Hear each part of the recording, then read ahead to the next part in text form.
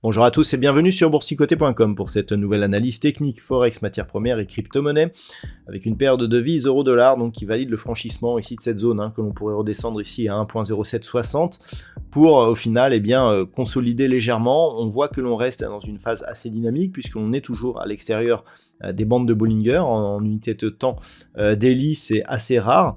Donc globalement, tant que l'on est ici au-dessus de cette zone des 1.0760, on reste dans une dynamique haussière, on était déjà auparavant, et je rappelle que le niveau de retournement moyen terme se situe ici sur cette zone des 1.0925. Donc pour l'instant, on n'y est pas. Malgré tout, donc la paire de devises euro-dollar reste dans un biais qui est haussier. On surveillera juste ici en cas de consolidation que cette zone, donc 1,0760 qui correspond à cette petite zone de point haut, reste support par rapport justement à cet éventuel mouvement. Bien entendu, si on continue à monter, c'est la zone des 1,0925 qui déclenchera des signaux moyen terme. Sur la paire de devises livre sterling contre dollar américain, c'est à peu près la même configuration. On a une zone ici, alors une zone intermédiaire proche des 1,2410. On le voit ici, cette zone, elle était le point haut de cette phase et puis elle devient support sur la séance du jour. Donc globalement, là aussi, on est sur une dynamique qui a bien été support ici par la moyenne mobile 20 exponentielle. On casse cette zone, on consolide légèrement donc pour revenir à l'intérieur des bandes de Bollinger.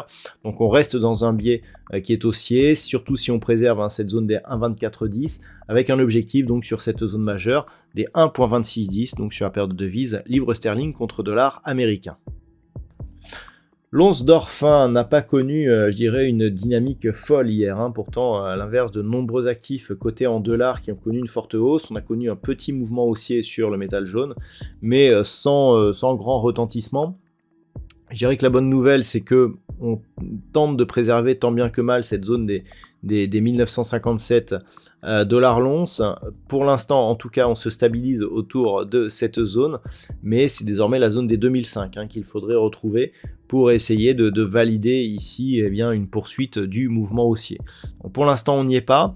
Au niveau ici de la configuration, attention à ce que la moyenne mobile 20 exponentielle ne s'impose pas comme résistance, puisque nous avons ici alternance de contact sur les bols. Si la moyenne mobile agit comme résistance, cela nous voudra dire que l'on est sur une phase de retournement court terme et qui serait confirmée en cas de second contact sur la bolle inférieure, voire même d'une accélération en direction de la zone des 1910 dollars l'once.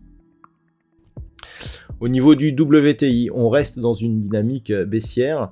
Comme je vous l'indiquais récemment, le fait ici d'avoir eu cassure de la zone des 80.50, accélération baissière et rebond technique qui ne revient même pas chercher cette zone des 80.50, ni même cette moyenne mobile 20 exponentielle. On repart à la baisse aujourd'hui, on est très proche de la zone des 76.30.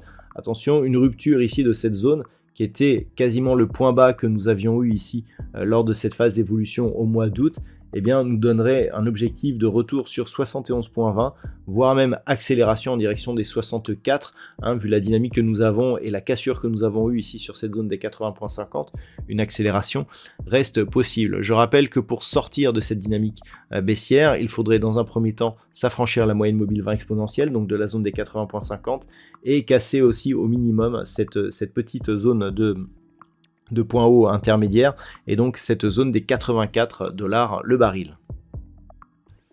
Et enfin au niveau du Bitcoin, on retrouve cette zone des 35 000 dollars pour un Bitcoin comme zone de support. On a un contact sur la moyenne mobile 20 exponentielle, puis aujourd'hui on rebondit, donc globalement la dynamique reste haussière.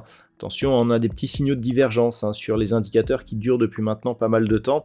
Un franchissement de cette zone des 35 000 pourrait déclencher des velléités baissières qui donneraient raison justement à ces phases de divergence.